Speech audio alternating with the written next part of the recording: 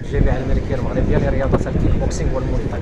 وكيف كتشوفوا اليوم كنتوا حاضرين معنا في واحد ندوه خاصه وعمليه الوزن خاصه بالابطال المشاركين غدا هنا بالمنتجع السياحي مازابو اللي غادي يشهد 8 نزالات احترافيه، منها نزال بطوله على بطوله العالم للمحترفين للواكو برو وزن اقل من 78 كيلوغرام اللي غادي ينافس فيها المغربي كريم كاجي بطل من اسبانيا، واللي كنتمنى ليه حظ سعيد لهذه المباراه هذه وباش يكون في الفورما ديالو باش ان شاء الله يهدي للمغرب هذا اللقب هذا وكذلك يزيدوا في الحوزه ديالو.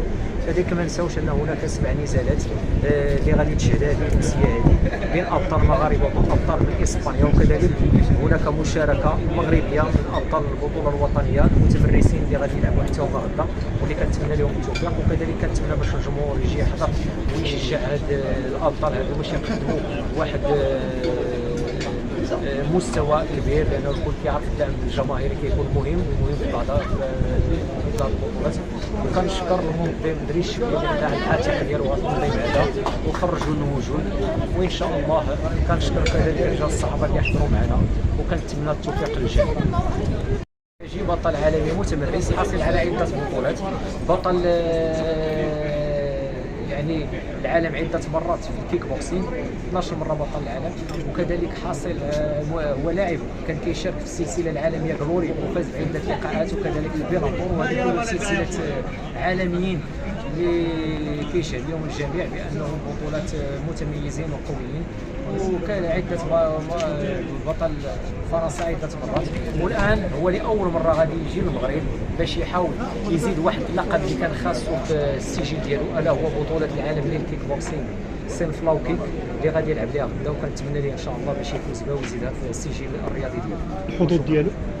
الحظوظ ديالو ان شاء الله كيف كيقولوا الرياضه هذه الا كان في الفورما ديالو غادي يتوفق ان شاء الله، لانه لاعب متمرس ومحترف وقام بتدريب جد مكثفه هو المدربين ديالو والتيم ديالو، وكيف كتعرفوا هو لاعب قوي كيلكم باليد ديالو قويه، وكذلك الضربات ديال الركل بالرجل عنده قويه، وان شاء الله كنتمنى باش يفوز في الميزان.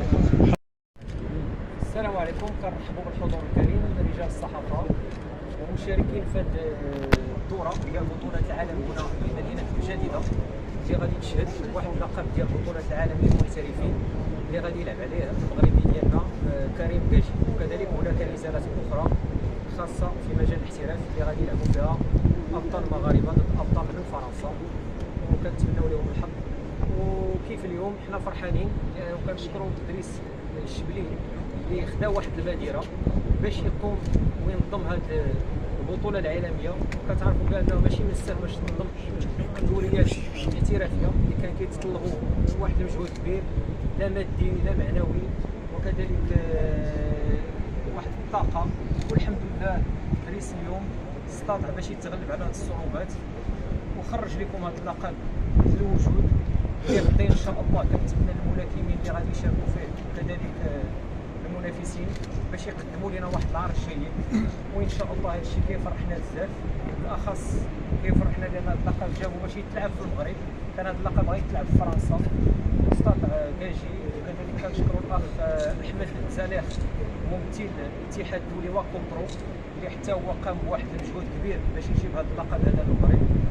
وحتى نتوما كنشكروكم اللي الصراحه عاونتونا بزاف في هذا التنظيم هذا بالوجود ديالكم، وكذلك بالدعايه اللي كانت يعني جد متميزه هذا الدوري هذا.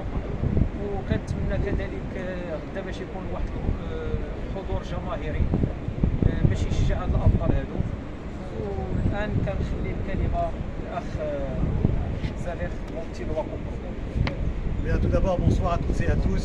Je suis très honoré ici de représenter la fédération Waco Pro. J'aimerais commencer déjà par féliciter l'organisateur Driss Chbili pour le travail qu'il a fait, la collaboration qu'il a eue avec la Waco Pro, une collaboration professionnelle, ce qui n'a pas été facile pour lui, mais on y est arrivé et je pense que demain on sera à la hauteur de l'attente du public. remercier la Fédération royale marocaine de kickboxing et son représentant ici présent, M. Lahsen Hilali, pour la collaboration qu'il a eue avec nous ici. Remercier bien sûr le Mazagan Resort pour son accueil, tous les responsables, et remercier bien entendu les délégations de combattants qui sont français et la délégation marocaine. Et je pense que ça va être une réussite, et tout cela bien sûr on le doit à des promoteurs comme Driss qui met en avant ce sport qui est le kickboxing brillant ici au Maroc, et on espère, et on le sait, que ce sera une réussite, mais ce sera aussi grâce à vous, les journalistes, de diffuser cette information et de la mettre à la hauteur de l'événement. Merci à vous. Bonjour à tous, salam alaikum. أنا أول منظم ديال هذه المقابلة le championnat du monde alhamdoulilah وصلنا ليها. Je remercie beaucoup le Mazagan et tout le personnel du Mazagan parce qu'ils m'ont beaucoup aidé. Je remercie les deux fédérations, la WACO Pro Mondial parce que vraiment c'est un ami et il m'a beaucoup aidé aussi. C'est comme M. Lahsen Hilali, la fédération WACO Pro Maroc et Mondial qui m'a beaucoup aidé aussi. Je vous remercie vous tous, que ce soit les journalistes, la télé, tous les médias. Et en même temps, je remercie tous mes boxeurs qui sont avec moi, que ce soit les Marocains, les Français, les Belges, les Hollandais, les Espagnols. Et alhamdoulilah, on a réussi à faire quelque chose de beau chez nous au Maroc.